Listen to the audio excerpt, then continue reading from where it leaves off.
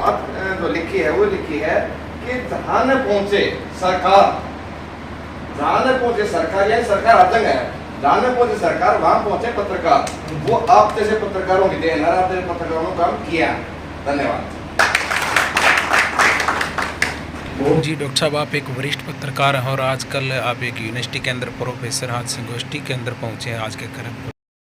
आज महर्षि नारद जयंती के अवसर पर यहाँ पत्रकार संगोष्ठी का आयोजन किया गया और जैसा कि समाज की चिंता हमेशा समाज में सकारात्मक मुद्दों को लेकर रहती है, वैसे ही आज समाज के प्रबुद्धजन, जिसमें रोहतक ज़िले के वरिष्ठ पत्रकार और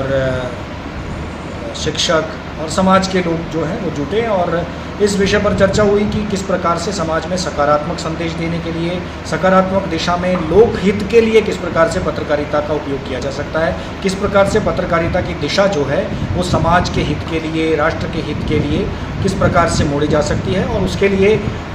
सभी ने अपने अपने विचार रखे, जिसमें कई प्रकार के विचार आए कि तकनीक के कारण जो पत्रकारिता में बदलाव आए हैं और नए समय की जो चुनौतियां हैं, आर्थिक चुनौतियां हैं, उन सब चुनौतियों और उसके बीच में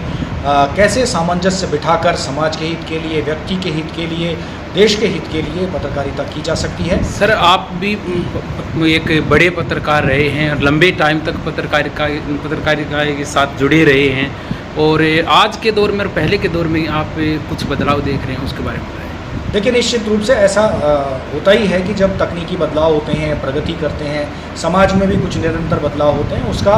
जीवन के, व्यवसाय के हर क्षेत्र पर असर पड़ता है। वैसे ही पत्रकारिता पर भी असर पड़ा है कि पत्रकारिता की भी प्राथमिकताएं बदल गई हैं। पत्रकारिता में गति महत्वपूर्ण हो गई है, तुरंत समाचार देना, तुरंत प्रतिक्रियाएं देना, और उस गति के कारण से कुछ बदलाव जो निश्चित रूप से जो होते ही जो अपेक्षित ही थे, ऐसे बदलाव भी हुए हैं। और उन बदलावों के साथ में पत्रकारिता का जो स्वरूप बदला, उसमें तकनीकी बदलाव के अलावा जो कंटेंट है उसकी भी जो मतलब उसका भी दायरा जो है वो बहुत ज़्यादा बढ़ गया है। किसी समय कुछ गिने चुने विषय होते थे, गिने चुने बीट होती थी जिन पर लोग पत्रकारिता करते थे, जिन विषयों पर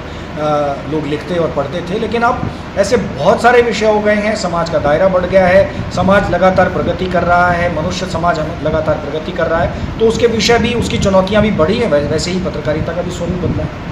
जी, जैसे सोशल मीडिया का चर्चा चल रही है, भाई सोशल मीडिया का ज़माना आने के बाद तो कुछ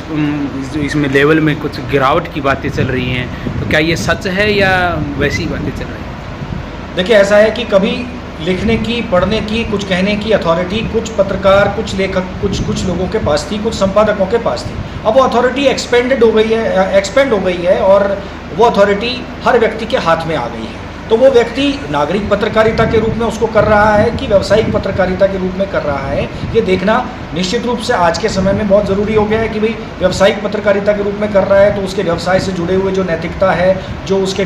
कानूनी बाध्यताएं हैं, उनका पालन हो रहा है या नहीं हो रहा है। ये सवाल पहले की जो पारंपरिक पत्रकारिता थी उसमें भी ये सवाल थे और आज भी ये सवाल हैं। सिर्फ एक तकनीक के बदल जाने से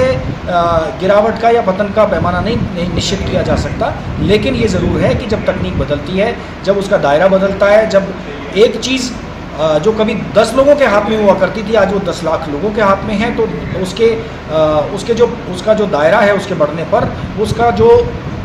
स्वरूप है उसको तय करने में पत्रकारिता जगत के लोगों को और ज़्यादा मेहनत की आवश्यकता है और पत्रकारिता जो लोग कर रहे हैं उनका जो नैतिक दायित्व है वो इसके ऊपर और अधिक विचार विमर्श करने का है। Thank you sir. को परसीव कोई कैसे करता है? आपने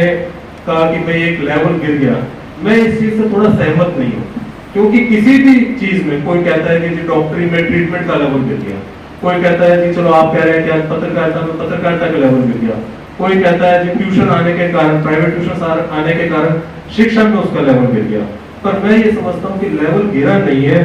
बल्कि उसका स्ट्रगल बढ़ गया है कि अब वो उतनी आसानी से अपने आप को मेंटेन नहीं कर पा रहा है। आज से अगर हम 1950 1980 के दशक देखें तो वहां पे जागरूकता कम होने के कारण जो भी किसी एक बात किसी लगता था कि हाँ जी ये बड़े हैं, इन्होंने ये बात कह दी है तो ये बात सही है, पूरा गांव मान लेता था। पर आज उस गांव में शिक्षा का इतना पेनिट्रेशन हो चुका है कि हर सुनने वाला, चाहे वो दर्शक हो, चाहे श्रोता हो, चाहे पाठक हो, वो उसको अपने मन की गहराइयों से अपनी शिक्षा के अनुसार उसको तोलता है और उसके बाद उस पर विचार करता है। तो इसके कारण एक लेवल बनाए रखना वो उसका संघर्ष पड़ा है। अगर हम सब यूनिटी रहे, चाहे डॉक्टर्स हैं चाहे टीचर्स हैं, कि भाई हम इस स्ट्रगल को पार करेंगे, हम हमारा जो ऑर्गेनाइजेशन है, जैसे डॉक्टर्स का आई में, पत्रकारों का भी अपना एक ऑर्गेनाइजेशन है, उसके अंदर ये डिसाइड रहे कि हम इस संघर्ष से पार करेंगे और अपने अपने लेवल पे एक न्यूट्रल जो है या जागरूकता लाने का भी काम करेंगे। जैसे मरीज मेरे पास आता है, कई बार वो खुद भी कहता है,